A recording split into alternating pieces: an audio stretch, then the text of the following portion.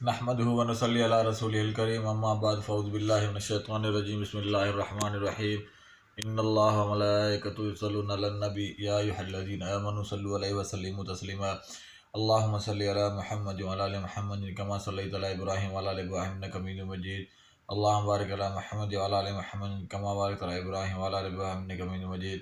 السلام علیکم میرے بہن بھائیو، میرے ویلوگ میں خوش آمدید۔ میرا نام عبدالحق بیہان ہے اور میرے ویلوگ میں ڈیلی روٹین میں قرآن شریف کا اردو میں ترجمہ رہتا ہے۔ آج سورہ یونس کی آیت نمبر 98 سے لے کر 109 تک میں آپ سے شیئر کروں گا انشاءاللہ۔ اللہ تعالیٰ ہمیں اسی طرح سے عمل کرنے کی توفیق عطا فرمائے۔ پھر کیوں نہ ہوئے کوئی بستی ایسی کہ وہ عذاب سے پہلے ایمان لائے ہو، پھر اس کے ایمان نے اسے نفع دیا ہو، سوائے قوم یونس کے۔ جب وہ ایمان لے آئے تو ہم نے ان سے ذلت کا عذاب ٹال دیا دنیا کی زندگی میں، اور ہم نے ایک مقرر وقت تک انہیں اس سے فائدہ اٹھانے دیا۔ اور اگر آپ کا رب چاہتا تو جو لوگ زمین میں ہیں سب کے سب سارے ہی ایمان لے آتے۔ پھر کیا آپ لوگوں کو مجبور کریں گے حتیٰ کہ وہ مومن ہو جائیں؟ اور کسی شخص کے لیے ممکن نہیں کہ وہ اللہ کے حکم کے بغیر ایمان لائے، اور وہ اللہ ان لوگوں پر کلیدی عذاب ڈال دیتا ہے جو عقل سے کام نہیں لیتے۔ اے نبی کہہ دیجئے، دیکھو اور غور کرو جو کچھ آسمانوں اور زمین میں ہے، اور نشانیاں اور ڈراوے ان لوگوں کو کوئی فائدہ نہیں دیتے جو ایمان نہیں لاتے۔ تو یہ لوگ بھی گویا ان لوگوں کے سے دنوں کا انتظار کر رہے ہیں جو ان سے پہلے گزرے۔ کہہ دیجئے پھر تم انتظار کرو، بے شک تمہارے ساتھ میں بھی انتظار کرنے والوں میں ہوں۔ پھر ہم نجات دیتے ہیں اپنے رسولوں کو اور ان کے لوگوں کو جو ایمان لائے، اسی طرح ہم پر لازم ہے کہ ہم مومنوں کو نجات دیں۔ کہہ دیجئے، اے لوگو، اگر تم میرے دین سے متعلق شک میں ہو تو میں ان کی عبادت نہیں کرتا جن کی تم اللہ کے سوا عبادت کرتے ہو، لیکن میں تو اللہ کی عبادت کرتا ہوں، وہ جو تمہیں وفات دیتا ہے۔ اور مجھے اس بات کا حکم دیا گیا ہے کہ میں مومنوں میں شامل رہوں، اور یہ کہ آپ اپنا رخ دین اسلام کی طرف سیدھا رکھیے یکسو ہو کر، اور مشرکوں میں سے ہرگز نہ ہوں، اور آپ اللہ کے سوا ان کو مت پکاریں جو نہ آپ کو نفع دے سکتے ہیں اور نہ آپ کو نقصان پہنچا سکتے ہیں۔ پھر اگر آپ نے ایسا کیا تو بے شک آپ بھی اس وقت ظالموں میں سے ہوں گے۔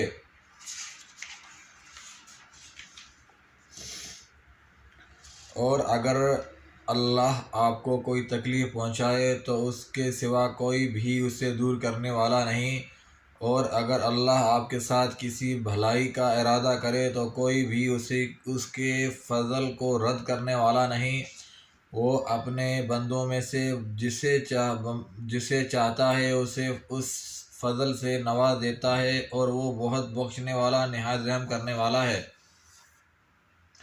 کہہ دیجئے، اے لوگو، تمہارے پاس تمہارے رب کی طرف سے حق آ گیا ہے، چنانچہ جس شخص نے ہدایت پائی تو یقیناً وہ اپنے ہی لیے ہدایت پاتا ہے، اور جس نے گمراہی اختیار کی تو یقیناً وہ اپنے ہی لیے گمراہی اختیار کرتا ہے۔ اور میں تمہارا وکیل نہیں ہوں، اور آپ کی طرف جو وحی کی جاتی ہے آپ اس کا اتباع کیجیے اور صبر کیجیے حتیٰ کہ اللہ فیصلہ کرے، اور وہ سب سے بہتر فیصلہ کرنے والا ہے۔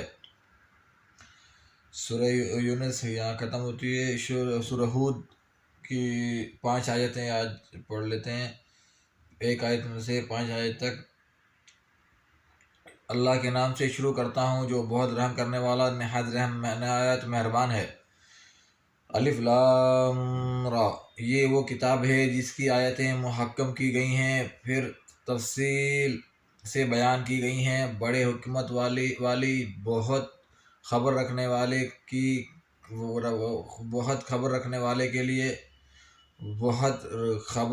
والے کی طرف سے، یہ کہ تم اللہ کے سوا کسی کی عبادت نہ کرو، بے شک میں تمہارے لیے اللہ کی طرف سے ڈرانے والا اور خوشخبری دینے والا ہوں۔ اور یہ کہ تم اپنے رب سے بخشش مانگو، پھر تم اس کی طرف توبہ کرو، وہ تمہیں بہت اچھا فائدہ دے گا۔ ایک مقررہ وقت تک، اور ہر صاحب فضل کو اس کا فضل بخشے گا۔ اور اگر تم منہ موڑو گے تو بے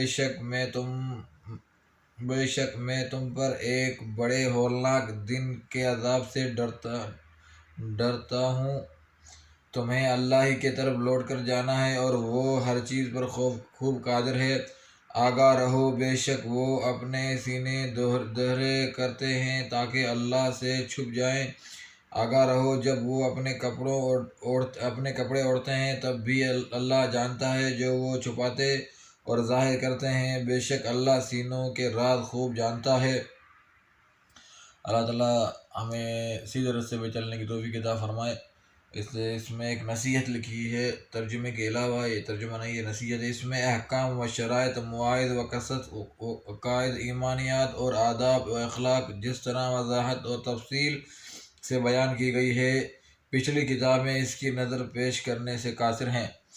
مطلب یہ ہے کہ ہمیں بہت واضح چیزیں، نشانیات اور بہت واضح طریقے سے بتایا جا رہا ہے۔ اللہ تعالیٰ ہمیں سیدھے راستے پہ چلنے کی توفیق عطا فرمائے۔ اللہ تعالیٰ ہمارے گناہ معاف فرمائے، بے اولادوں کو صالح اولاد عطا فرمائے، بیماروں کو شفا عطا فرمائے۔ انشاءاللہ دوسرے بھی لوگ میں پھر ملاقات ہوگی۔ السلام علیکم ورحمۃ اللہ وبرکاتہ۔